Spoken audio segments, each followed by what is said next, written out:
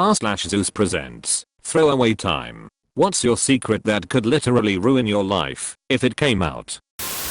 I cut off all contact with everyone I know and moved to Kenya. I tell people a fake name and a fake background and have made it appear to my family that I died on boat trip in the Pacific. No, I'm not joking. I'm dead in the United States. Tupac. Amma. 2.5 years ago I was in dire financial straits, so I sold my home to keep my struggling business afloat. I neglected to tell the owners that they have an 800 square feet bunker on the property that I built about 7 years ago. The bunker that I've called home since I sold it. The entrance to it is well hidden, but I still come and go very early/very late in the day. I'm a single man who keeps to himself. I'm now in a situation where I could move somewhere else, but I love this hidden paradise so much. I once helped out my female friend's family by taking care of their cat for a week. Every day for a week, I would go over there and snoop around their house. I found my friend's diary and proceeded to read the entire thing. I used this information to get her to like me, and she is currently my wife. This is literally the juiciest secret in this thread for some reason.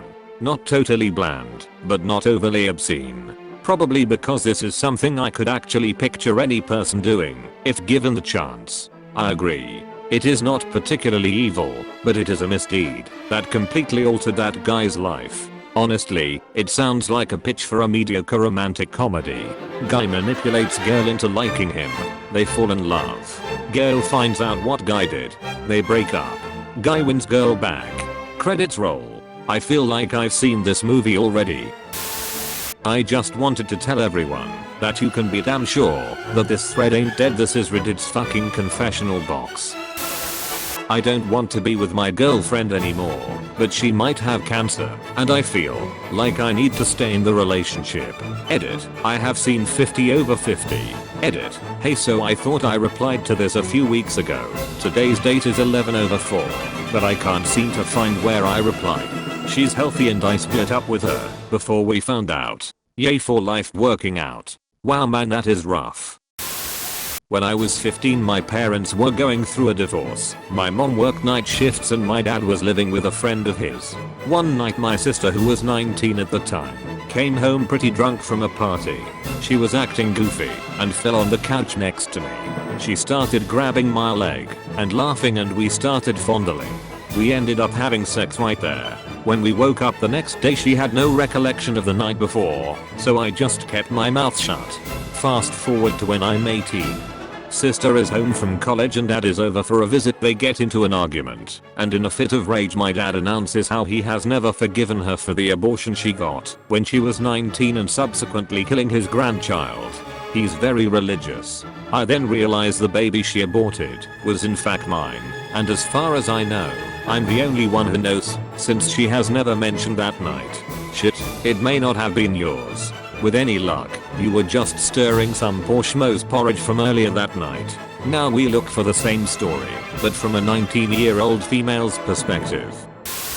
Okay, so this is a secret I've kept for nearly 20 years. During the summers, when I was growing up, my parents would often leave my brother and I'm male, with our aunt and uncle who lived out in the country. It was great as they had 4 sons of ages close to ours, so we had a lot of fun doing kids stuff. One summer when I was 8, the oldest cousin was maybe 16. We somehow got talking, and he asked me if I wanted to sleep in his room that night. He has the nicest room and bed, so I was all for it. Got into bed and he asked if he could touch my penis. I was 8 and just thought it was okay, so I let him. He rubs it for a bit, and then asks me to do the same to him. So I do. This progresses and eventually I'm sucking his cock. I think I knew this was wrong, so I said I didn't want to carry on. We stop and I go to sleep quite confused. I wake up and he hands me some money and tells me never to tell anyone about what happened. Next night he tries to do the same thing, but now all I care about is the money, so I do it. This carried on for 2 summers. Eventually I got old enough to realize it was quite wrong regardless of the money and stopped. I've not told anyone this. He's now married with 2 kids. I'm also married, and we see them sometimes at family events. I don't have the balls to even try and talk to him about it. Hell, I'm not even sure what I'd say. I'm sure this will get buried, but just getting it off my chest makes me feel better. TLDR, I was a gay child hooker. Shakespeare would be envious. When I was 13, during the summer, before I started high school, I was molested by a guy who dragged me into an alley, backed me into a corner, so I couldn't escape, and even if I'd tried to, I couldn't have, because he was taller and stronger than I was, and pulled my pants down. I tried to draw attention to where I was, because I'd gone over to a guy's house with my friend, because she liked him. And when we went, he just happened to have a friend there to hang out with me while they went off and did whatever. Anyway, I tried to shout and make as much noise as I could, and the guy goes, "This would be easier if you were laying down," and tried to force me to the ground. Then my friend finally shows up and goes, "OMG, my name, what are you doing?" And the guy obviously doesn't go, "Oh yeah, no, I was trying to rape her, this was my idea," but instead goes, "She was trying to have sex with me, ha ha ha ha ha," and just walks away. Then my friend doesn't believe me when I tell her he dragged me into the alley because she disappeared before anyone could see him pulling on my arm with both hands and me trying to resist it as much as I could. I never told anyone because I didn't want them to react the same way my friend did. I think about it a lot, and every day I say maybe this will be the day I finally tell my parents what happened, and then I never do. That was almost 6 years ago.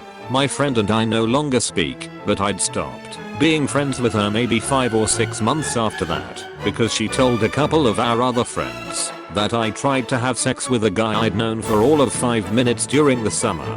Fuck, that's infuriating. I know what it's like not to be believed about the way something actually happened, but losing all your friends over it too. I faked the last 2 years of college education. My parents put so much pressure on me, I couldn't handle it. I was suffering from severe depression and anxiety, so I faked it all. Lied to everyone. Made up fake transcripts. I just got my foot in the door in my desired field thanks to a friend, as they hired me as a subordinate. This place only hires college grads, but no one double checked my credentials since I was recommended. My hopes is that if I need to find another job, I'll have been at this place long enough to get it by experience alone. I work for a very prestigious company. I'm not bad at my job. I'm actually quite good. But my fear is eventually I'll hit a wall and the lie will come to light. No one has known this for the better part of a decade. It's a relief to finally say it out loud. I can't even tell those I love. My silence is my prison. If you get caught and go to a community college, you'll find a hilarious study group. When I was 17, I had an argument with my father and told him to fuck off. Later that evening he hung himself. Our argument was the last time he spoke to anyone in our family, and for that I feel a terrible amount of guilt for. Instead of him saying goodbye and "I love you" to my mom and brothers, he got told to fuck off before he went and killed himself. My punishment is to live the rest of my days in shame and guilt. He never left a note either. Thank you everyone for your kind words. My mother put me and my brothers in counseling after it happened. As I can only really speak for myself, I think it helped me cope enough to carry on. But now 11 years later, my current life situation, married soon to be dad, is bringing back tons of bad memories and feelings. I just might take your advice and talk to someone about it. I have never even spoken about my dad's death with my wife, as she is coping with her father who is in the mid stage of dementia, and that's hard enough, and don't want her to feel worse than what she is. I will probably seek out some professional help. Again, thank you all for the kind words. I used to be a police/fire/911 dispatcher, but had to quit because it nearly made me suicidal. I actually had thoughts, but had to drive 40 miles to go to a center/hospital where no one knew me for help. I have nightmares about a few calls I took where the caller killed themselves, shot someone else, or passed away on the phone with me. To this day, a few years after resigning, I still can't listen to a phone ring or sirens go off without having a mild panic attack. I'm fairly sure it's a form of PTSD, with flashbacks, nightmares, panic attacks, and an inability to function sometimes. But I'm embarrassed and scared to tell my fiance or go to a doctor for it. I know there are soldiers out there with real PTSD that deserve help far more than me. I'm very good at hiding it though. I also sometimes wait until my fiance goes to sleep and I will then go sit and pretty much cry for several hours. It's hell. TL. Doctor, I exhibit a lot of the symptoms of PTSD, but I'm scared to get help for it because I don't think I deserve to be diagnosed with something like this, as in my mind, I was never in any real danger. It guy here. It's amazing what people will do on their computers and say in their emails despite having to sign a waiver that all computer activity at work is monitored and recorded. I have half the company's banking, social media and personal email account info and passwords. I know who is secretly banging who at the office behind their spouses' backs. I know who is sibbering at work and jerking it in the bathroom almost daily. At least they tell their sex chat partner they're running off to the bathroom to jerk it. Haven't felt the need to check the validity of that one. I know when people are having marital problems, financial problems. I even know one person here had their children taken away because a social worker found cocaine in their house. I know who is embezzling money. I know when people get fired for completely bullshit reasons, like they just want to replace them with someone younger and nicer on the eyes. And I know who my boss is buying Xanax and Vicodins from. Basically I have a treasure trove of my coworkers' secrets. I won't actively do anything with this info, but it's nice knowing I have the ammunition there if something were to ever happen. Are you Santa? Background. I'm a guy in my late 20s who was taken into care aged 7. Everyone around me already knows that I was brought up by foster families because I had a shit early childhood. I deliberately keep it vague and say stuff like I'd rather not go into it so that people will just assume I was abused in some way and they'll stop asking about it. The truth is that for the first 7 years of my life, I was brought up as a girl by my psycho birth mother who really wanted a daughter and didn't let the snag of giving birth to a boy stop her from trying to raise one. She was a pretty successful professional in a legal field, not entirely sure what, and had me via anonymous sperm donor from a fertility clinic. She found out I was a boy at a late ultrasound and then moved across the country, gave birth to me at home, and continued to move about until I was 5 or so. It was just the two of us all my life. We had contact with other people, of course, but they rarely got very close. I had lots of friends, but was always supervised. I found out way after that my mother's strong puritanical Christianity was a lie she used to explain why she was so strict about me being private and never letting anyone see me get changed or anything. I just accepted all of this as fact, having never been told anything different. I was sent to a religious school for girls and had a really great childhood. I was a bit of a tomboy and played with Lego and toy animals rather than dolls and stuff, but that's not unusual and no one ever questioned I was a girl, even me. I knew about men and women, but had never really seen much of naked people. My mother never ever spoke to me about it, but I kinda had the impression that when I grew up and got boobs and stuff, my dick would kinda fall off or something, and I would be a woman, and other kids would keep their dicks, and they'd be men. I dunno. To be honest, I never really thought about it. Anyway, I carried on with my happy girlhood and had a bunch of friends and everything was great until I was 7 and a teacher accidentally spilled a cup of hot coffee over me at school. The liquid soaked through my clothes and was scalding me, so the staff immediately stripped me out of my dress and underwear to get the hot coffee away from my skin. And then they found out. The cops were called and I got taken to speak with who I guess would be social services. They asked me a bunch of questions about life at home and stuff. Meanwhile, my mother was taken in for questioning till she refused to acknowledge me as male and insisted I was her daughter because she was delusional and stuff. I wasn't allowed to go back home, but got put with a foster family and went through loads of therapy and stuff. The worst part was that literally overnight, I lost everything: my mother, my home, all my toys, all my clothes. I moved school, so lost all my friends. They cut all my hair off and told me I wasn't a girl anymore. It was really traumatic. The first foster home wasn't that great. They had 3 boys already, and going from a sheltered religious only child upbringing to a rough and tumble testosterone filled environment was really difficult. They tried to force me to be masculine, and I was just too confused about what they wanted. Anything girly was reprimanded, and I felt so lost and alone because nothing I did was right. I tried to commit suicide when I was 11.